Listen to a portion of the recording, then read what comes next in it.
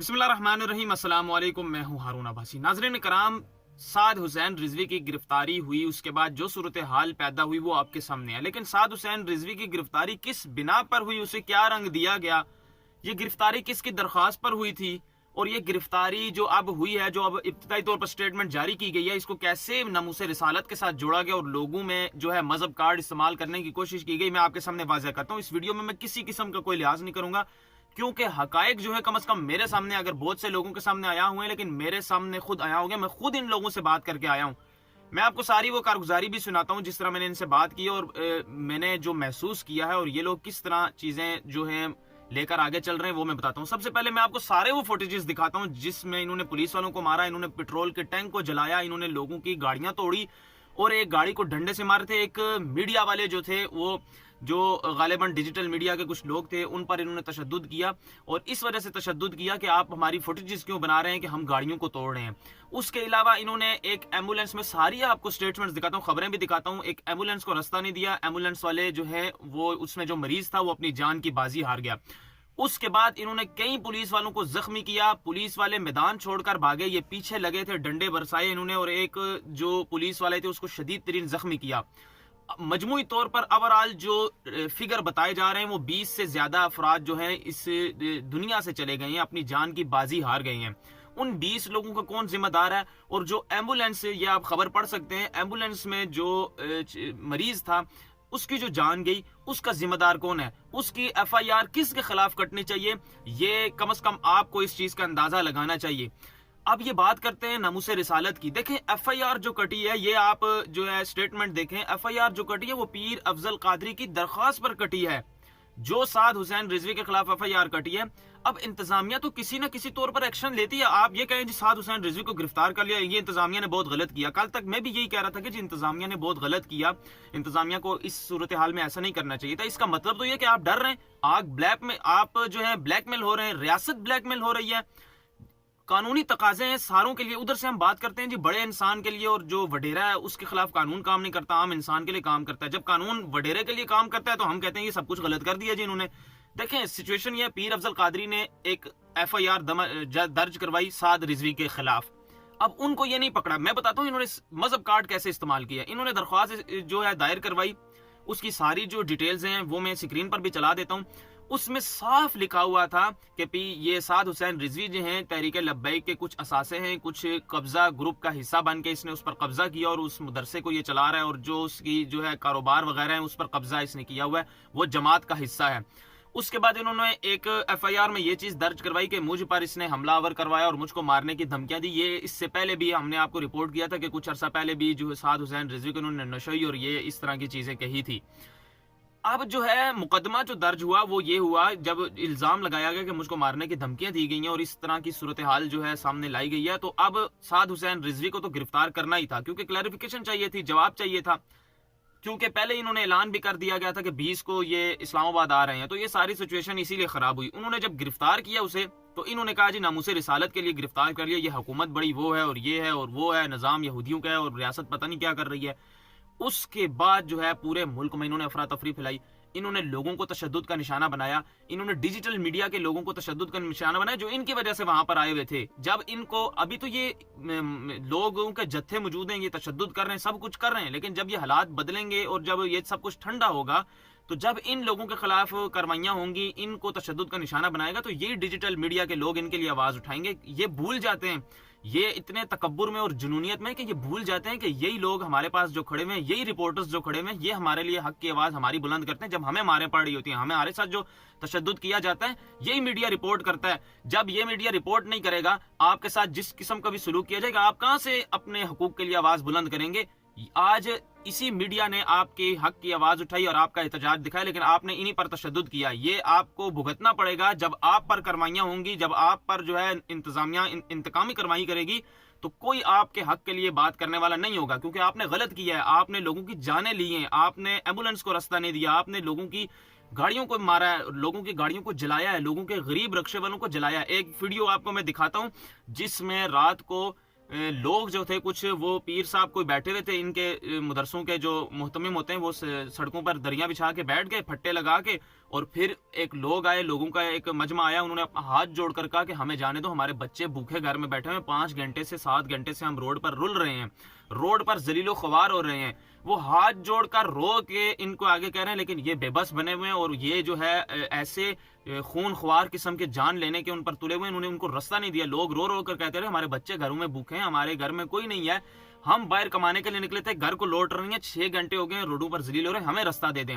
उसके बाद एक फौजी अफसर आता है, वो इनको कहता है, ये किसी और इलाके की फुटेज है, ये सारी मैं आपके साथ स्क्रीन पर चला रहा हूँ, आप देखते जाएं कि वो ये अफसर साहब ये कह रहे हैं, उमर इनका नाम है, वो ये कहते हैं, सवाल उन्होंने इतना किया कि आप अपना धरना जारी रखें, क्योंकि इस सारी सूरत हाल में ये आगे कहना कि आप धरना हटा दें और ये कर दें वो कर दें, ये जो है इस सिचुएशन के बिल्कुल खिलाफ था, सूरत हाल बिगाड़ने वाली बात थी। इन्होंने इन्हें कहा कि आप धरना हटा दें, आप जो ये अपनी एक्टिविटी कर रहे हैं ये आप एक साइड पर कर लें, थोड़ी सी रोड आप खाली कर दें ताकि ट्रैफिक चालू हो जाए।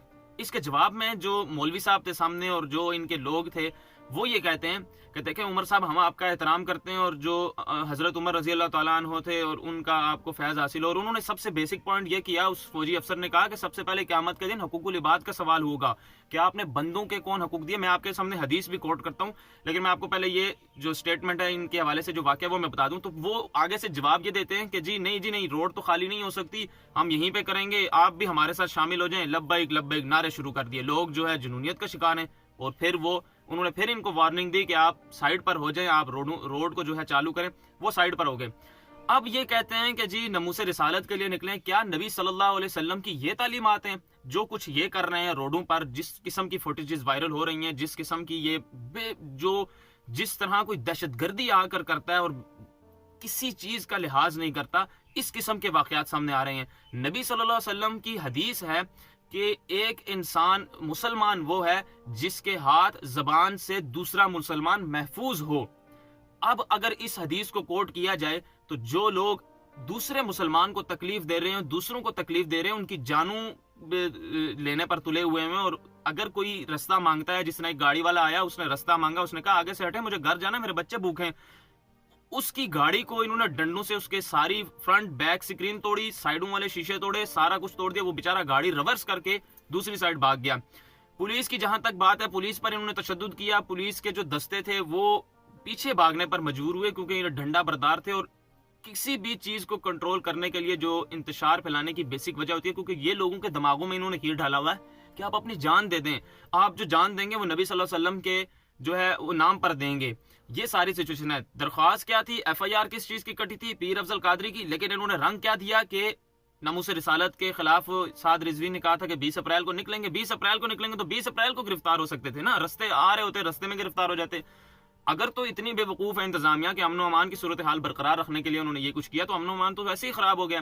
तो ये सारी सिचुएशन है, इसको गलत रंग दे के जो है नबी सल्लल्लाहु अलैहि वसल्लम की नामूस को इस्तेमाल करके ये लोग अपना जो मंजन बेच रहे हैं, और अपना इन्होंने जो है लोगों को जिस किस्म की तकलीफ पहुंचाई और अब तक यरगमाल बना के रखा हुआ है कई बड़े शहरों में ऐसे ट्रैफिक के निजाम को और लोगों को, वो किसी से भी ढका छुपा नहीं है।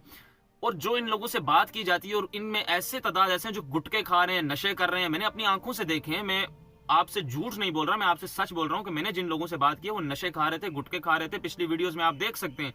तो ये इस किस्म के लोग हैं, ये अपनी जान तो दे रहे हैं, लेकिन इनमें एक भी जो है वो ज्यादा तादाद में दावे से कह सकता हूं कि 5 वक्त का नमाजी नहीं होगा। इन्हें बेसिक हदीसें नहीं पता होंगी हुकूकुल इबाद के बारे में कि मुसलमानों का दूसरे इंसानों का कितना हुकूक है।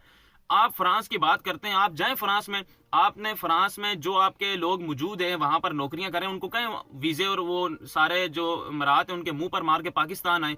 ये क्या मुनाफकत हुई कि आप अपने मुल्क में इंतशार फैलाएं, अपने मुल्क में तोड़ फोड़ करें और अपनी रियासत के खिलाफ लड़ाई करें। वो मजे से वहां पर देख रहे हैं, इसीलिए वो इनको छेड़ते नहीं है, वो इसीलिए इनको पसंद करते हैं। दुनिया के जो पूरी दुनिया के यहूद नसारा हैं और जो इजराइल है खास तौर पर, वो पाकिस्तान के दुश्मनों को पसंद करता है, वो पाकिस्तान में इंतशार फैलाने वालों को पसंद करता है। इसीलिए कोई स्टेटमेंट नहीं आती, जो इंटरनेशनल मीडिया भी जब रिपोर्ट करता है तो उनके तरफ से कोई इनके खिलाफ इंटरनेशनल रिपोर्ट भी नहीं आती। हालांकि ये उनके खिलाफ हैं, ये कहते हैं कि हम उनके खिलाफ हैं, लेकिन वो कहते हैं कि ये हमारे लोग हैं, क्योंकि ये हमारी बात मानते हैं, हमारा काम कर रहे हैं अपने मुल्क में। कितना कोई बेवकूफ है कि दुनिया के लिए, किसी और मुल्क के लिए जो आराम से वहां पर बैठे हैं, वो अपनी सारी चीजें स्टैब्लिश कर रहे हैं, सारी चीजें आगे लेकर चल रहे हैं, और ये किस वजह से? अपने मुल्क में आग लगा रहे हैं। पूरी दुनिया में मुसलमान मुकीम हैं, अरब में मौजूद हैं, तुर्कों में मौजूद है, इराक, ईरान, शाम, कितनी 52 ममालिक हैं मुसलमान। मुझे आप एक ऐसा मुल्क दिखा दें जो इतने लंबे तक जो है अपनी आवाम को जलील करे, सारा मामला अपनी सियासत चमके, क्योंकि सियासी जमात जो है ना, मजहबी सियासी जमात बहुत ज्यादा खतरनाक होती है। इससे पहले पाकिस्तान की मजहबी जमातें आती रही हैं, उन्होंने भी यही काम किया, यही कार्ड खेलते रहे। मौलाना फजल रहमान ने भी किया, लेकिन मौलाना फजल रहमान ने इतने एक्सट्रीम लेवल पर जाकर नहीं खेला कार्ड। ये उन्होंने खेला जी ठीक है, नामूस रिसालत की, नबी के निजाम लाएंगे, ये वो इस हद तक तले, लेकिन ये नहीं कहा कि गर्दनें कटवा देंगे और अल जिहाद और सारी सूरत हाल इस तरफ लेकर जाए। क्या आप ही सिर्फ मुसलमान हैं? इन लोगों से ये पूछना चाहिए कि ये नबी सल्लल्लाहु अलैहि वसल्लम की तालीमात हैं, आप दूसरे को काफिर कहते हैं और दूसरे लोगों को कहते हैं कि जो आपके साथ नहीं है वो मुसलमान ही नहीं है, वो कादियानी है, नाउजुबिल्लाह।